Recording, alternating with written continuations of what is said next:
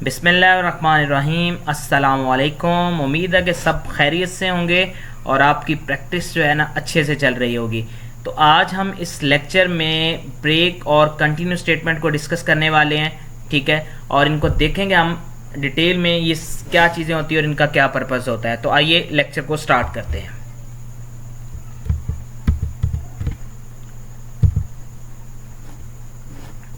तो जी ब्रेक और continue statement को डिस्कस करते हैं। सबसे पहले देखते हैं कि ब्रेक स्टेटमेंट का पर्पस क्या होता है। कहता है with the break statement we can stop the loop before it is loop through all item.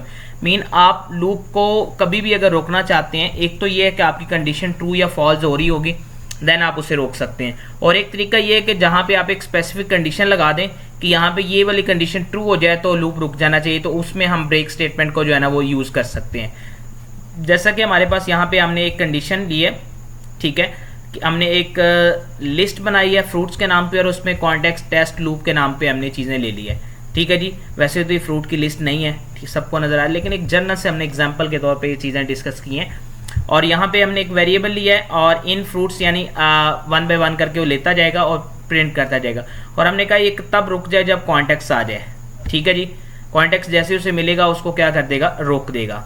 अब कंटिन्यू स्टेटमेंट देखते हैं। कंटिन्यू स्टेटमेंट क्या होती है, इसके ऑपोजिट डायरेक्शन में चलती है। कहता है कि आपकी पूरी लूप में पूरी चीज़ें प्रिंट होती रहेंगी, लेकिन जहाँ पे वो कंडीशन मैच होगी कंटिन्यू स्टेटमेंट में सिर्फ वो वाली लाइन प्रिंट नहीं होगी, बाकी सभी जो है ना वो एज इट इज़ चलती रहेंगी। तो ठीक है जी, जहाँ पे आप कंटिन्यू लगाना चाहें वो आप इजीली जो है ना उसको कवर कर सकते हैं। क्लियर है जी। अब हम पाइथन की स्क्रीन पर जा रहे हैं, उन चीज़ों को परफॉर्म करते हैं।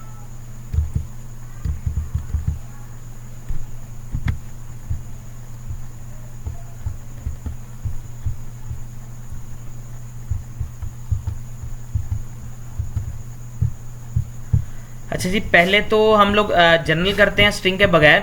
जैसे कि सपोज करें कि जी मेरे पास एक नंबर है आई और मैं यहाँ पे उसको ले गया हूँ जी, रेंज कहाँ तक ले गया जी, 6 तक ले गया जी। और मैंने कहा कि प्रिंट करो किसको जी, आई को।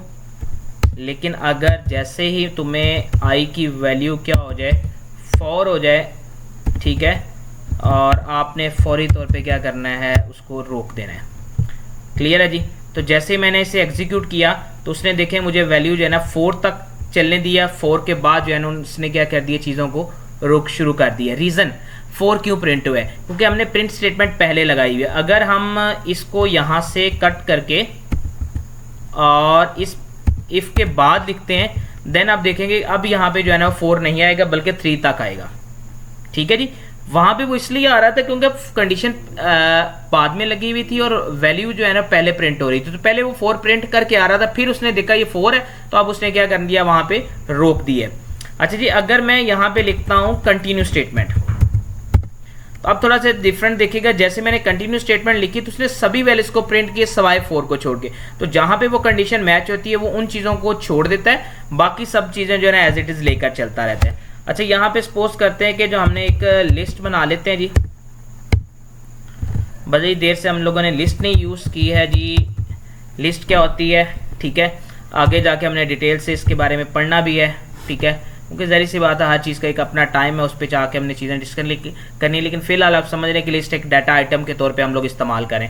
यहाँ पे हमने एक लिस्ट ली कॉन्टेक्स्ट और दूसरी लिस्ट ले ली मैंने सपोज दैट टेस्ट के नाम पे ले ली लिस्ट में वैल्यू, और तीसरी जो है वो मैंने ले ली न्यू लिस्ट के नाम पे।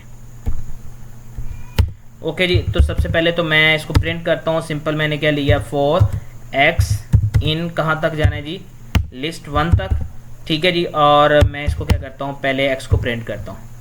पहले तो जनरल हम इसको प्रिंटिंग करते हैं। मैं ये ऊपर वाला लूप ख़त्म कर रहा हूँ और जैसे मैंने इसको लिखा तो आपको 1 बाय 1 करके हर करेक्टर जो है ना वो उठा के उसने ला के प्रिंट कर दिया। अच्छा जी, हम चाहते हैं कि प्रिंटिंग ठीक है हो, लेकिन जैसे ही उससे क्या वैल्यू नज़र आए जी, इसको टेस्ट नज़र आ गया, स्ट्रिंग है जी। जैसे उसे टेस्ट नज़र आएगा उसने क्या करना है, लूप को ब्रेक कर देना है, ठीक है जी। तो जैसे उसने देखा कि आप देखें पहली वैल्यू प्रिंट हुई, दूसरी उसको टेस्ट मिल गई, तो उसने वहीं पे लूप को क्या कर दिया, ब्रेक कर दिया।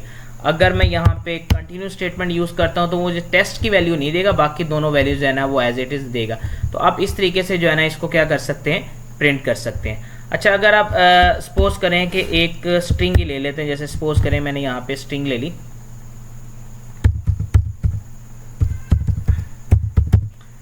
ओके जी। तो यहाँ पे जैसे स्ट्रिंग ली, मैं यहाँ पे लिखता हूँ फॉर आई इन ए, ठीक है जी। और मैं लिखता हूँ इफ़ अगर आई की वैल्यू किससे मैच हो जाए जी, ई पे। जैसे आई की वैल्यू जो है ना वो ई के साथ मैच हो, तो आपने क्या करना है जी, उसको रोक देना है। अच्छा जी, ये ले ली, ठीक है जी, आपने रोक देना है, अदरवाइज आपने उसको क्या करते रहना है, प्रिंट करते रहना है। तो जी जैसे ही हमने उसको रन किया, तो देखिए उसने पहले 6 करैक्टर प्रिंट किए, उसके बाद उसको आई मिला तो वहाँ उसने रोक दिया, बाकी जो है ना वो चीज़ों को लेकर चलता रहा। अगर मैं इसमें यहाँ पे कंटिन्यू स्टेटमेंट लगाऊंगा तो वो मुझे क्या करेगा, 2 आई प्रिंट नहीं करे, ई नहीं प्रिंट करेगा, क्योंकि वहाँ पे ई जो है ना उसे मिलेगा। तो जैसे ही मैंने इसको यहाँ पे एग्जीक्यूट किया, तो अब देखें PROF X डबल ई जो है ना वो नहीं आएगा, बाकी सारी चीज़ें जो है ना एज इट इज़ आएंगी। तो आप जिस तरह चाहें मर्जी जो है ना ब्रेक और कंटिन्यू स्टेटमेंट को जो है ना अपने प्रोग्रामिंग स्ट्रक्चर में जो है ना आप इस्तेमाल कर सकते हैं। उम्मीद है कि आपको ये चीज़ें समझ आ रही होंगी। तो नेक्स्ट लेक्चर तक के लिए अल्लाह हाफिज़, अपना ख्याल रखिएगा।